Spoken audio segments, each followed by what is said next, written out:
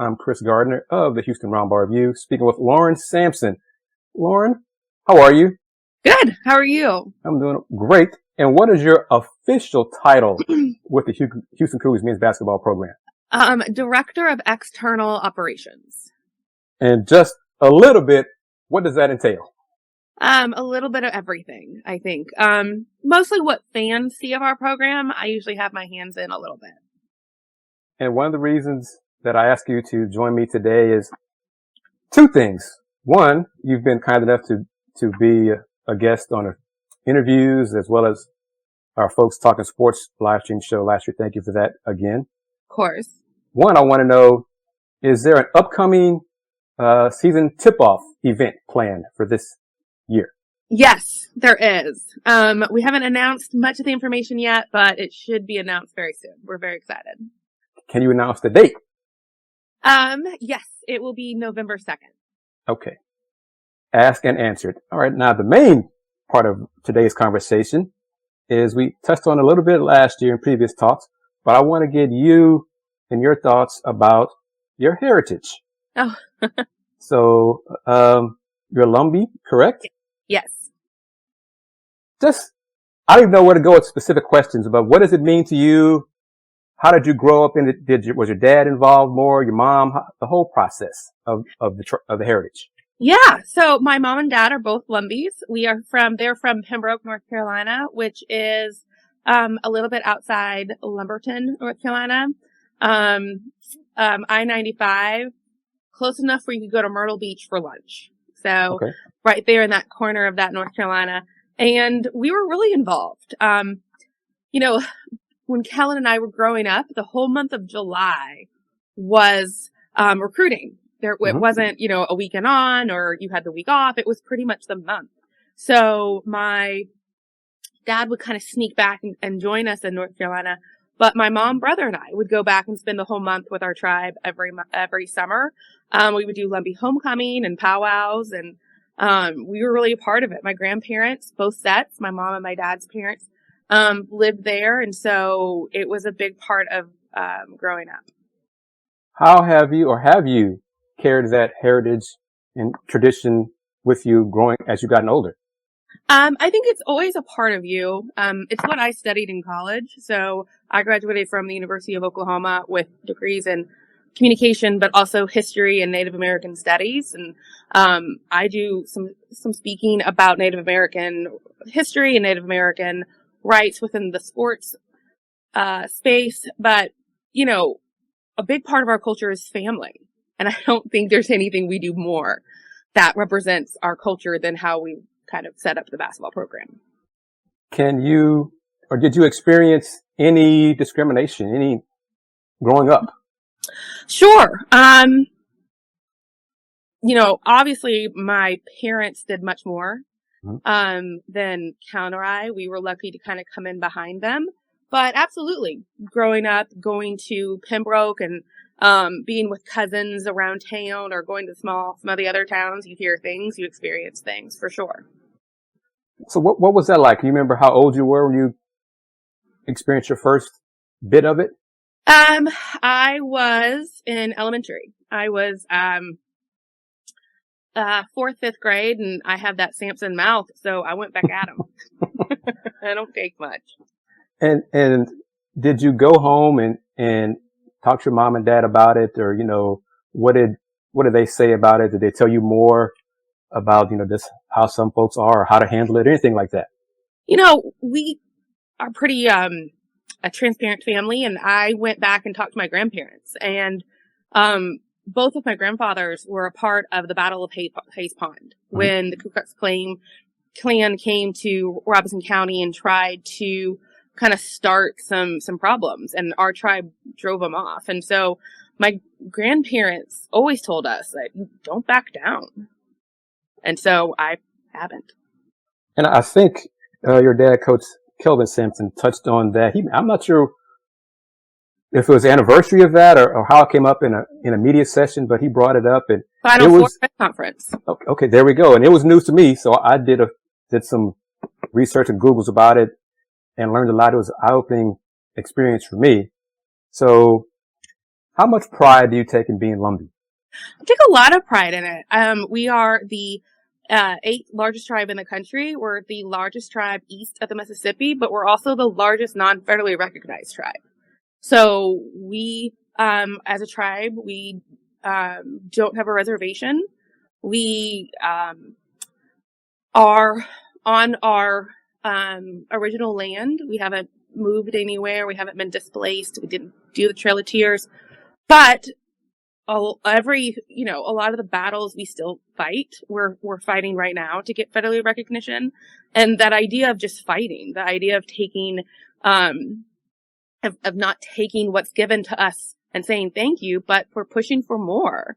And I do feel I have a lot of pride in what we've been able to do. My mom is a trustee at the University of North Carolina at Pembroke, which started out as a tribal school because the state of North Carolina wouldn't educate our tribe. And my mom's now a trustee, and she's a second generation trustee. Her grandfather was also a trustee.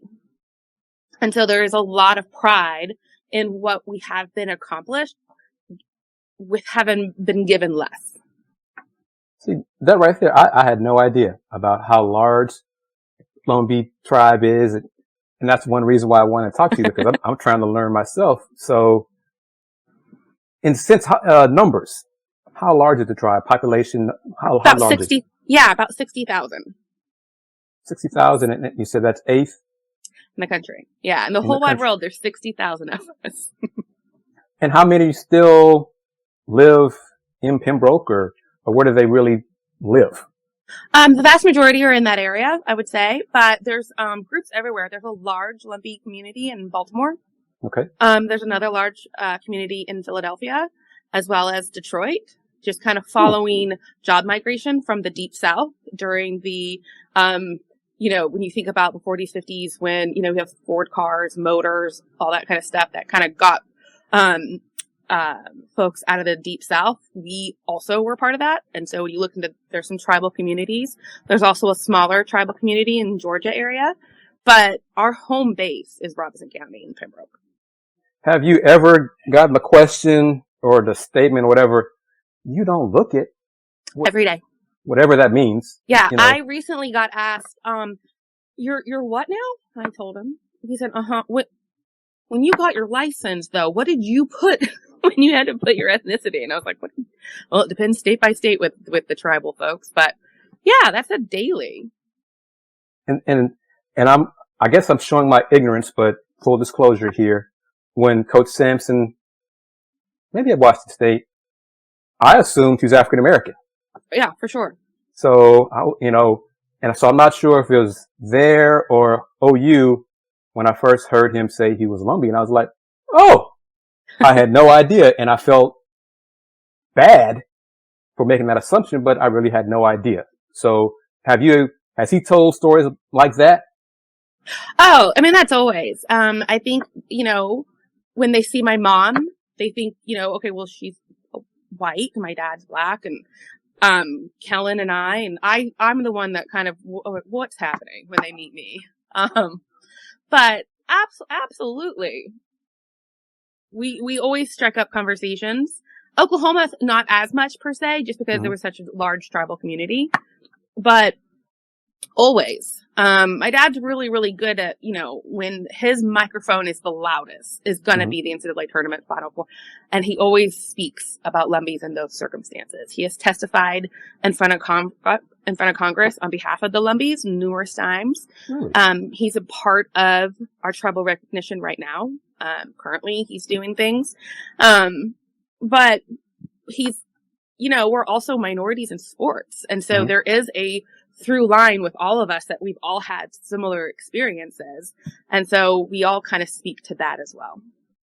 And I guess tournament time, March Madness Final Four, do you hear more from family, other tribal members, thank your dad for bringing it up again, keeping us in the forefront or anything like that? Yeah. And it's usually for, we hear from them most when we play at, ECU. It's a quick drive for the tribe to come see us when we play the Pirates. but we hear from them year round, really. We really do. I mean, every time I log into Facebook, I've got messages from folks, and it's always such pride to know that we can kind of, speak to it. You know, the saying that I've heard a lot within tribal communities is that, you know, at our loudest, we're a whisper. And so anytime there's a microphone in front of us and we can say something, all the better. What, if any, traditions do you and the family still do here in town in Houston? You know, our tribe is a family tribe, right? So everything growing up, it wasn't so much, you know, of course there was the art side of things. My mom has really kept that up. She is a beautiful, beautiful, quilt maker with our tribal symbol. And so she makes those quilts, and it's kind of a nervous energy thing. So during the season, she has a tendency to really crank those blankets out. We're beaters, we're cross stitchers. So that has been one thing that we've kept going, is the crafts of the tribe. So I'm really big into that as well. I cross stitch and I bead. My mom, cross stitches and makes these beautiful Lumbee blankets. But the biggest thing is family. No one in Pembroke, would think about texting someone on their way over. You just show up.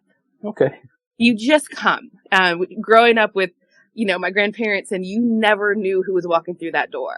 And it was a really stressful thing younger. And then as you get older, you realize how blessed everyone is, and how blessed my grandparents were, especially later in life, that they had an entire community there with them and making sure they're so great. And I feel like that's one thing we've really kept on, is that the fact that we're all here together is probably the biggest thing that is our tribal heritage, is doing it together. Lauren, I want to put you on the spot. I asked you one day to, if you have it, and if you have, I missed it, but tweet out pictures of some of your work, because I want to see if you got skills. That's what I want to see. Oh, absolutely not. It is purely just for fun, and it's my nervous energy as well. So I always have pin pricks in my fingers. But my mom's quilt work is beautiful. Okay, well, I want to see some of your mom's work. No. Okay. Value talent. But yes, that's why I wanted to talk about just a few minutes to ask you about those questions, because I'm trying to learn. As you know, I'm not too old that I can't learn. No, it's a unique tribe, because it's a tribe unlike any other. We are you know, we're from it's tri-racial. So the water fountains my grandparents, my dad, my mom grew up with, and my dad and my mom both grew up with them. We're three, and it was white, black, other. Wow. And the Lumbees were the other. It is a area that has so much pride and is such beautiful, but it's a little bit unique within a lot of the tribal structure, because it's just not a reservation. It is, you know, but it is centered in tribal life. And just one last thing, one more time, mention the historical battle that you referenced earlier that your grandfather and other tribal members were a part of, because I would like people to, when they hear this and watch this interview, be inspired to go learn more about it. Yeah, the Battle of Hayes Pond. Both my grandparents were there. Okay. Both my grandfathers, my mom's dad and my dad's dad. And it speaks to our spirit, that the, Catfish Cole, leader of the clan kind of in North and South Carolina, was going to come and scare up the Lumbees. And, it was Hayes Pond, and the clan were having a meeting kind of in the field, and the Lumbees, surrounded them around with their cars, and all at once all their car lights came on and blinded them, and they were able to squash this rally. And, they kidnapped the flags, and they were on the cover of, Time magazine, Life magazine in the early 60s, I believe, late 50s. But it speaks to who we are. No one messes with the Lumbees much. And no one messes with the Sampsons much. But, this tribe there's some spirit to it. There's some fighting spirit. Lauren Sampson, the Houston Cougars, Director of External Operations for the Houston Cougars men's basketball program. Thank you very much for taking time to answer these questions. And I'm going to wrap it up. I am leaning on you to, I'm trying to get your dad to discuss some of the Lumbee heritage as well. So hopefully sometime this month, we're going to sit down with him. Perfect. No, he is. He's doing some amazing work right now with the federal recognition. He does a lot behind the scenes that, I hope it has an impact because it's much needed. Awesome. Thank you very much, Lauren. You take care. Thank you. Bye. Bye-bye.